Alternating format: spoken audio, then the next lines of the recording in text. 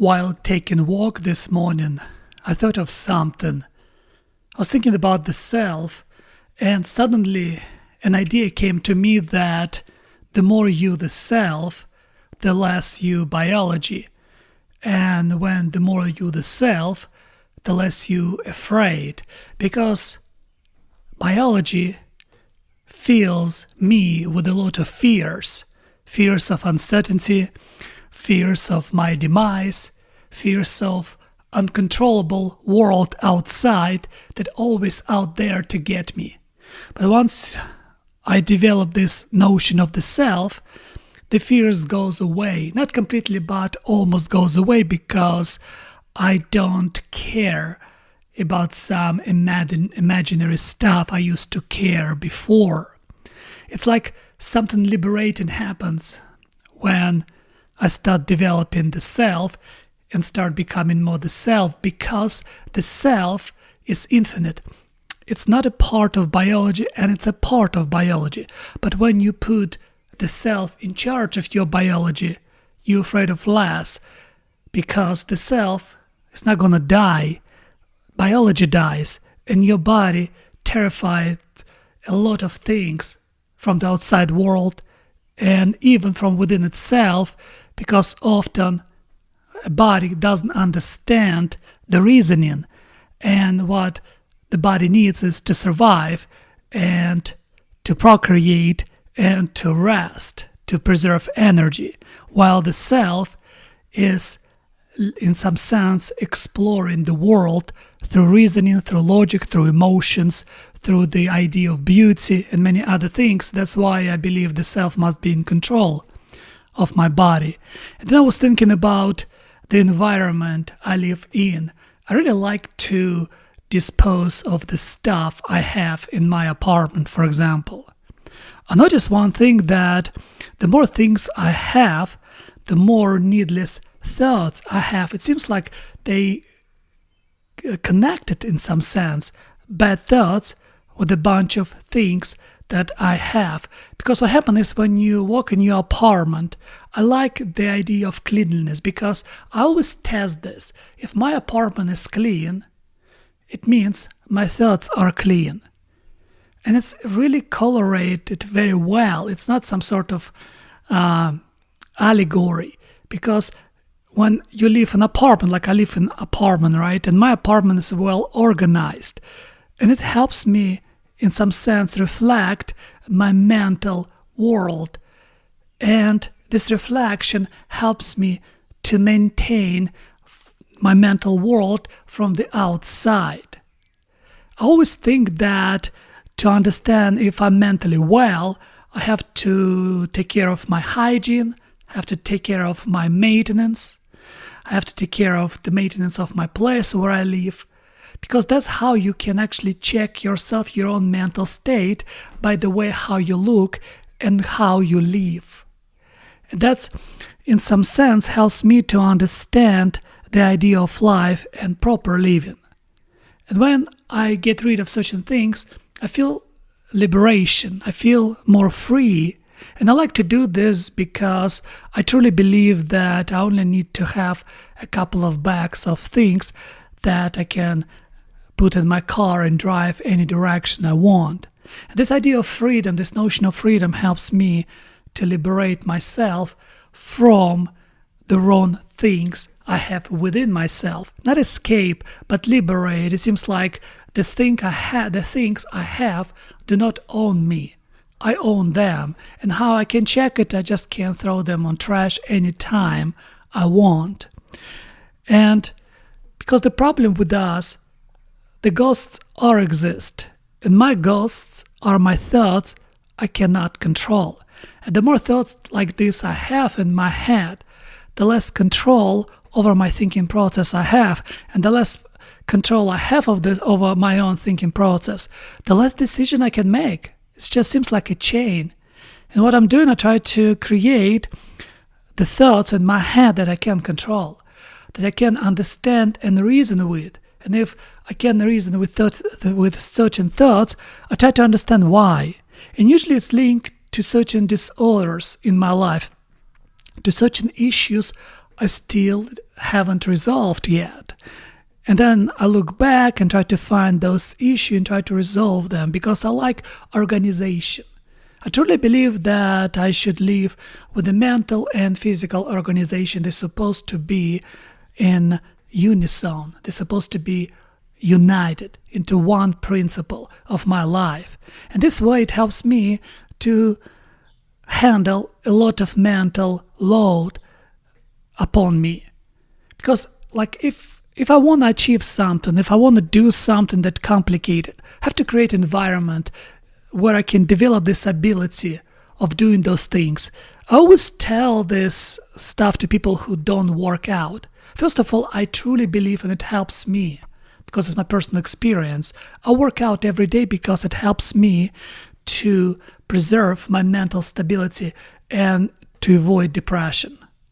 And I always tell people you have to work out every day or at least 5 days a week. It really helps you with your mental stability. Because mental stability is everything. And I noticed this on myself. Because if I'm mentally stable, I can make right decisions and I don't overreact.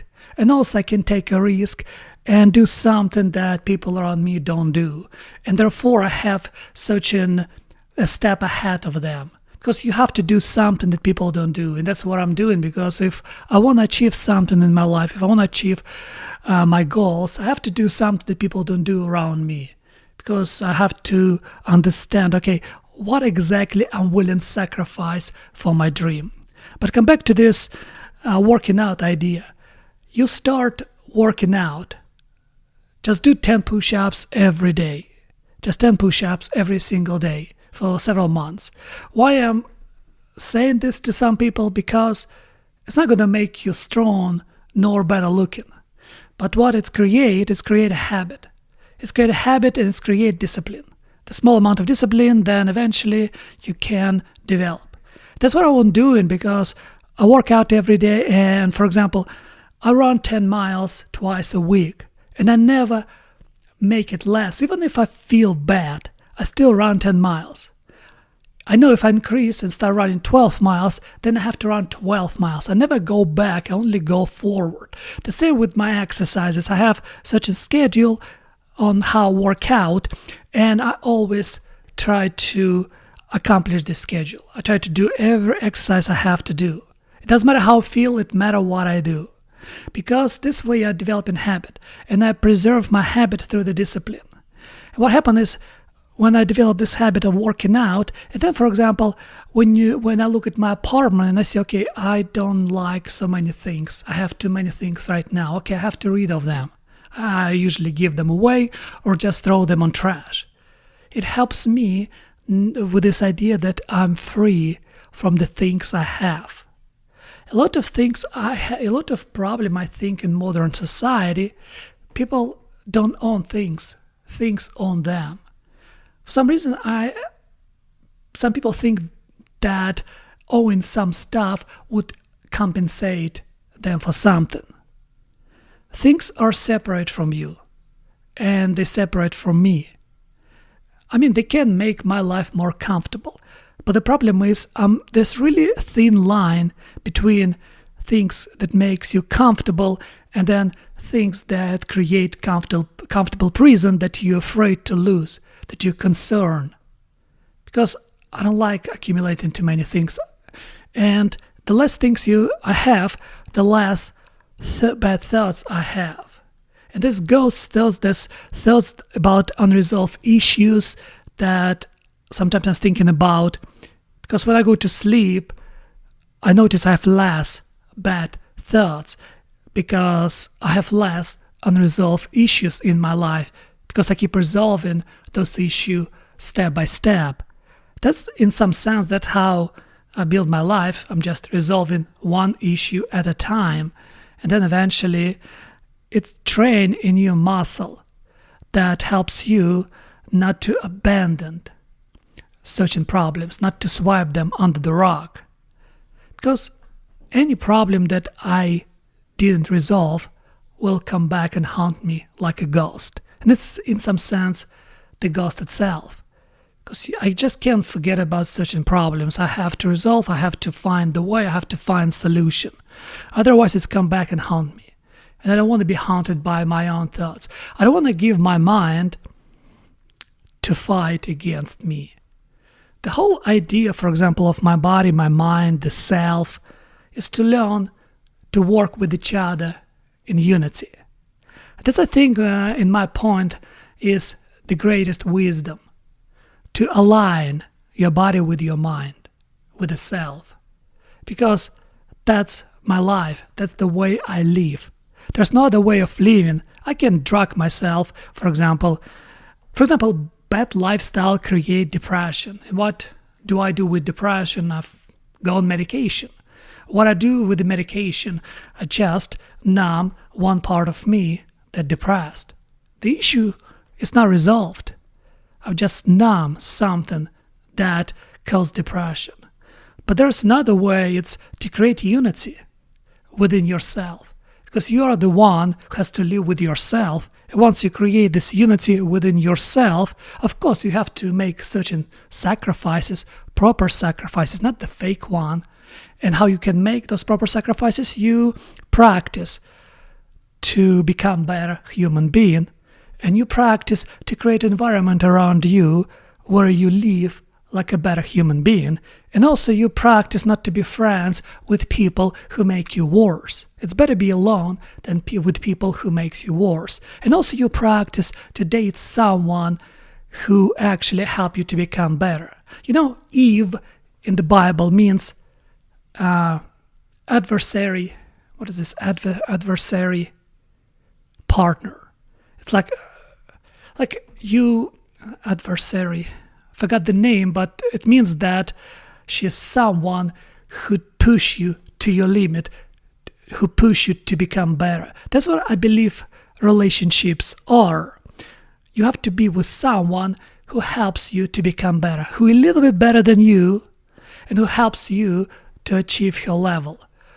And that's why you need friends like this, because you are 5 people around you, and if you with the people who actually worse and who try to make you worse, you become like them.